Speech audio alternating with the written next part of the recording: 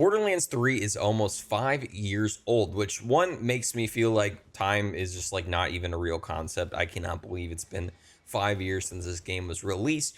But I wanted to do a re-review for it to essentially kind of just like go over all of the updates that Gearbox itself has added to the game over time to essentially get us to this point.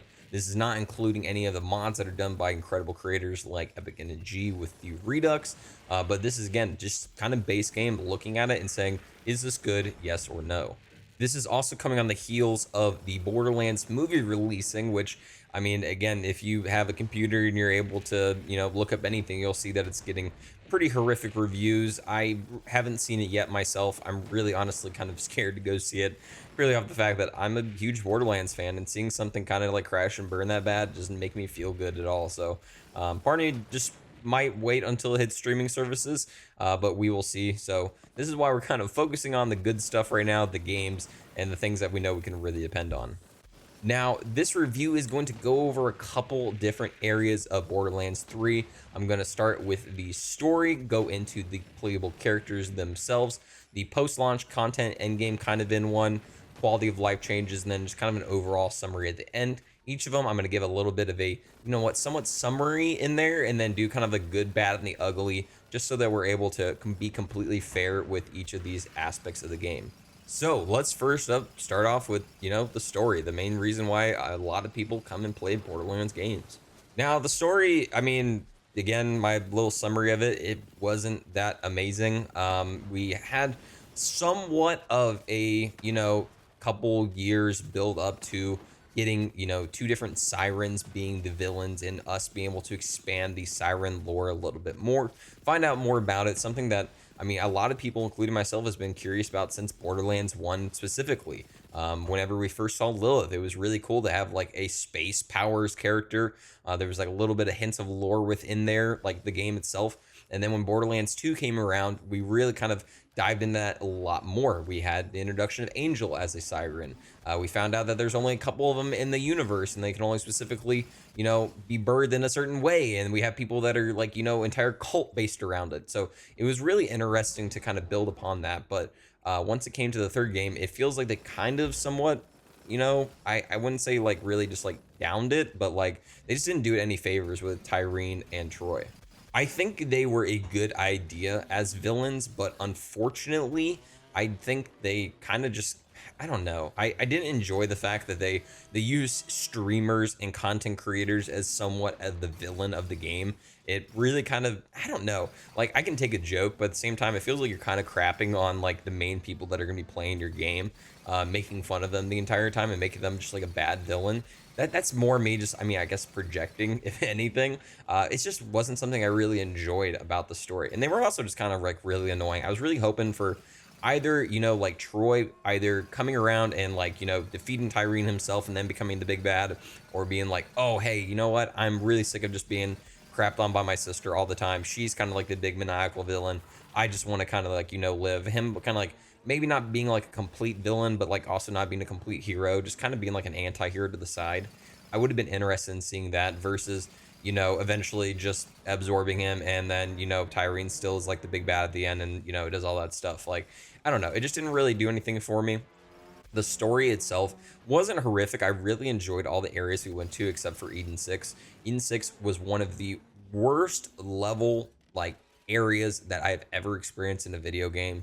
I really just did not enjoy the pacing of it. I didn't enjoy how everything was like so far apart, and just kind of felt like big land was just like put in the game just to like have like a big open area versus like something where it felt like, every kind of spot was like unique and different and like interesting to go to. Unfortunately, that entire area was just like jam packed with kind of a lot of nonsense. And the overall story itself introduced a lot of good characters, but unfortunately, I feel like some of them were poorly written. Some characters were taken out of the game that really shouldn't have been taken out of the game, like the B Squad. Like, why did we not have Mordecai, Brick, and Tina more often in the game? Like, I understand, like, bringing other characters and trying to elevate them and give them a bigger voice in the story, like Tanis, but at the same time, this is, like, kind of our core people. Like, these are, I mean, we've had these people the last few games, and they do really well in the game. They give us a whole lot of heart.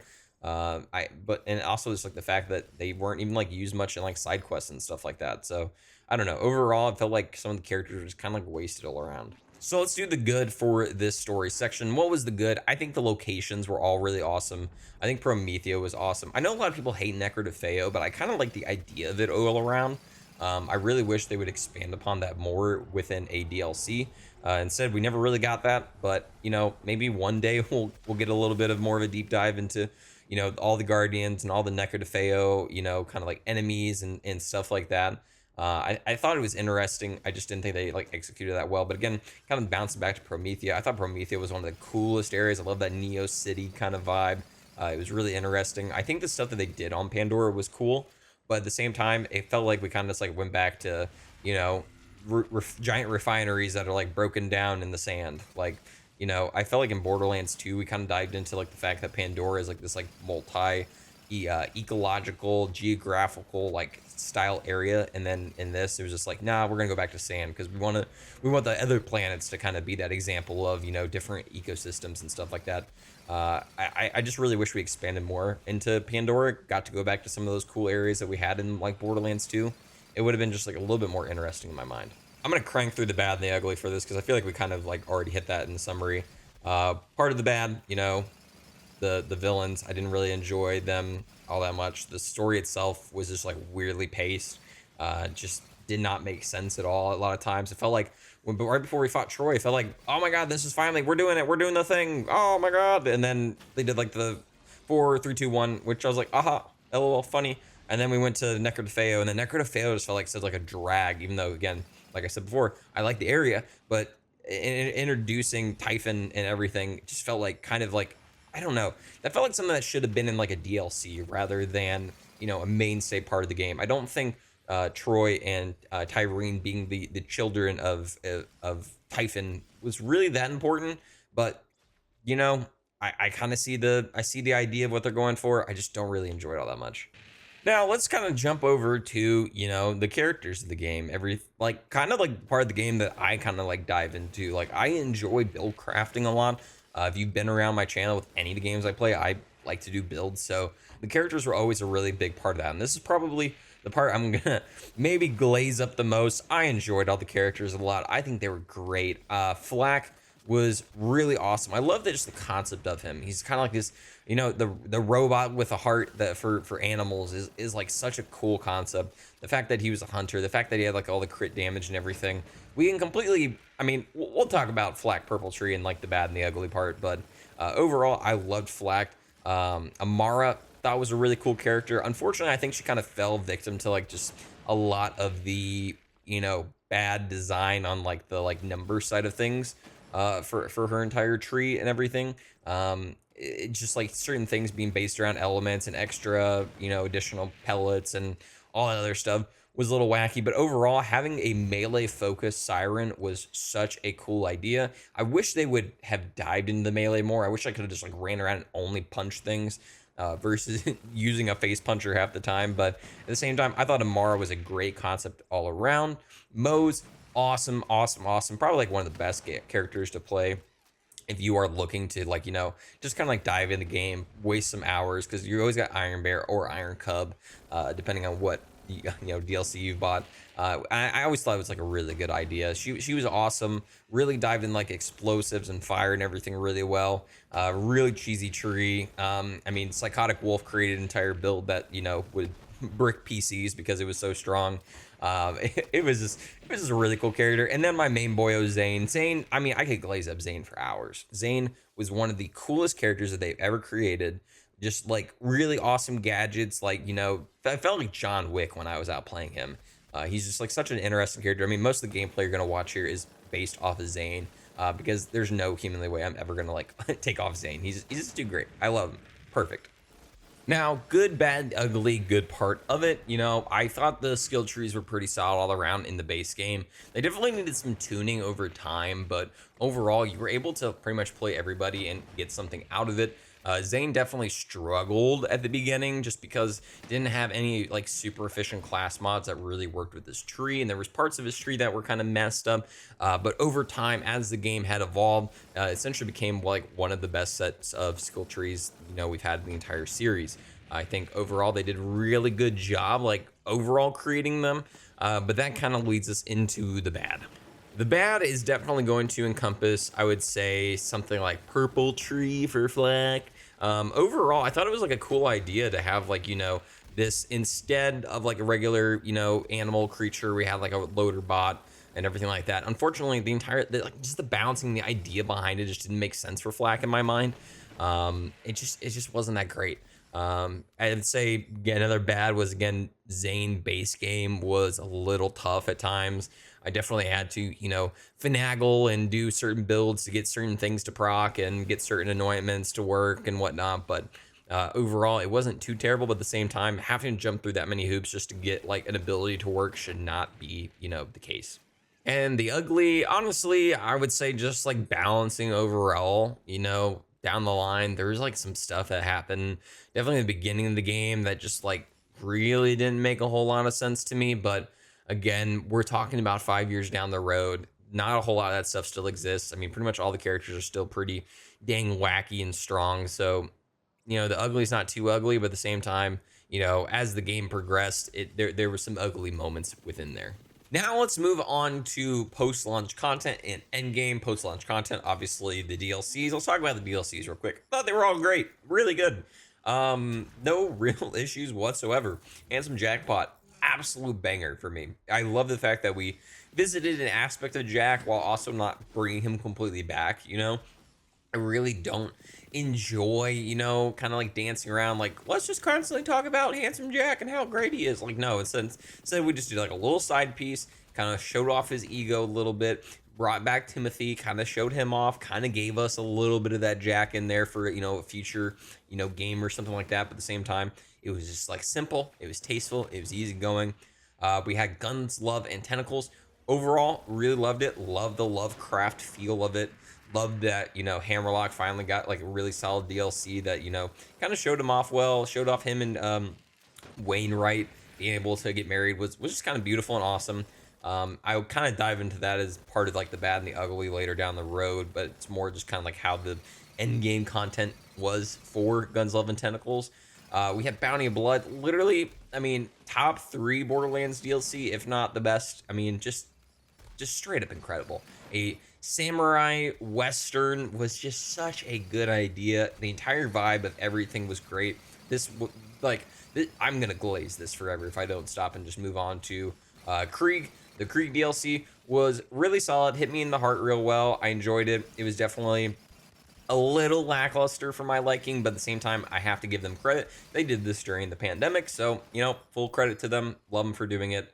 Then that leads us into the 5th DLC, which was the designer's cut. Was it designer's cut or director's cut? It was one of those two. I'll just use DLC 5, but regardless, this gave us the 4 skill trees, which I loved. It gave us the updated designs for the characters. Love those. But then it also gave us arms race, which is one of the biggest. You know what? I'm gonna wait on that. I'm gonna wait on that until we talk about the bad and the ugly. And then DLC 6 was pretty solid. Really enjoyed it. I love the mystery idea. I love the overall the fact that they brought back raid boss. I wish there had been a different raid boss and not just the same one that we've had 100 times before in the previous game. But whatever. They finally listened. They finally added a raid boss in the game. The good is going to encompass something that I haven't talked about yet, and that's going to be takedowns. Now, Malawan takedown, the takedown of Malawan Black Site was probably the best piece of content that we've ever seen in, Borderlands history. It was a fun way to test out builds. It had great level design, had great bosses, had great loot. Everything about it was a 10 out of 10. It is still something I probably, whenever I hop on Borderlands, it's the first thing I do. I run a Malawan takedown because it is just so freaking fun to play. Everything about it, 10 out of 10. Then we got the Guardian takedown, which is definitely more in the bad section for me. I don't really enjoy Guardian takedown. I think it's pretty awful. But the idea of it is there. They just did a really poor job designing it. But again, I'm talking about a bad thing in the good section. Then comes to cartels. Cartels, again, is an absolute slam dunk. It is awesome. I love the vibe of it. I love all the enemies that are in it. I love the fact that it's a world kind of based event. So the fact that I can go out in the world, I can shoot a guy that's got like the little like, neon thing on him, and then it spawns a boss, and then it can, give me loot that way. It was just an all around perfect idea. They eventually did really well with all of the, kind of like seasonal events, like, Captain Haunt was like ended up being like really solid all around. Actually ended up becoming like somewhat of like a pseudo, takedown raid boss in a way. So really did enjoy the fact that they did that. Again, the free content that they put out was like some of the best that they did. And I haven't even talked about the good parts about like the DLCs or anything. Again, all around, I love all the stories. I think they're all like beautifully crafted. Post-launch content was really good, especially the free stuff. But there was some like little stinkers in between there. Now, some of those stinkers are going to involve, again, like I mentioned before, guns, love, and tentacles. First up, the fact that we had a pseudo raid boss in that. I can't remember his name. I literally fought him like one time because it was like the stupidest thing ever. The invincible that is within that really isn't invincible. It's just a guy with like 3 health bars, that just has a lot of damage reduction, and that, does a bunch of damage to an AoE around him. Not great all around. Really did not enjoy when they put that in there, because it kind of felt like they were like, all right, we hear you. You guys want a raid boss? Here, just take this. It just didn't feel good. It wasn't a good boss. It didn't give any like cool exclusive loot. It was kind of all garbage. Really just did not enjoy that all around. Also, guns, love, and tentacles. They had such a great opportunity to dive into another vault monster. The fact that like half the entire area was a giant vault monster. The fact that we never got to fight it was kind of silly. Like, yeah, we got to go inside, and then it was like the witch lady, and then like she had like the heart with her. That's not the same. Like, I'm sorry, that's just not the same. The fact that we got something like Grave Ward, where it was like a giant boss off the side of a cliff that we had to shoot and like dodge and stuff. That's more what I was hoping for out of it. Not, I'm standing in a circular room and I have to like just shoot the heart to kill the boss, over time. It wasn't great. I didn't enjoy it all that much. And kind of diving over to like the Krieg DLC real quick. Same thing with like the Valhalla and everything like that. It was a little odd. The final guy was really not that great. Didn't really enjoy it. I don't feel like it really hit like the part of the DLC that we were really looking for. It was like diving into Krieg and like all of his trauma and everything. Instead, it kind of felt like we were just like getting thrown into like, here's just a random concept that we thought of like 2 seconds ago. Enjoy. I don't know. It just really wasn't for me. And then also talking about the ugly, which is Arms Race. God, I could literally rant about Arms Race forever. If you've been around my channel, I personally have an issue with it. There was unfortunately an issue in like, like the Twitch directory, people abusing mods to spawn like infinite number of legendaries so they could chuck them in like the extraction machine and get it for people. Gearbox did not like that from the get-go, and it's something I try to convey to like other players that were using it. And I was like, you're going to eventually ruin this for everybody else. And eventually they did. Like, Gearbox straight up was like, we don't like this. We don't want players doing this. And they eventually just like stopped like the Echo extension. Now, whether that was just because time just had gone on and, it was like, just not feasible for them to have it active anymore, or it was because of this, I can promise you they weren't happy with what people were doing on that side of things. So that always kind of miffed me. It was just like constantly just trying to use Arms Race as a way to give people free things just so you could get to your own advantage. It's something I really hated. But Arms Race as a whole was just awful idea. I mean, full respect to Graham Timmons. I think he did a great job with a lot of parts of the game. But the fact that he was like, I want to create something that's like Warzone, and then instead created like a pseudo roguelike battle royale that had no other players and, was a roguelike, but had the circles and was forcing me out. And like, I don't know, like I wanted more abilities in it. I wanted to be able to traverse that area more often. I didn't want to feel like I had like a storm at my back the entire time and I had to go fight the boss, and I wanted multiple bosses. I didn't want like the same random dude the entire time. It just kind of felt like a jumbled mess. And then it got like released and like nothing got really done to it. I mean, another issue is the fact that when you first started off, if you got a TDR pistol, it was like insanely strong when it first came out. So you could get a TDR pistol out of the gray chest and immediately go fight the boss and be done.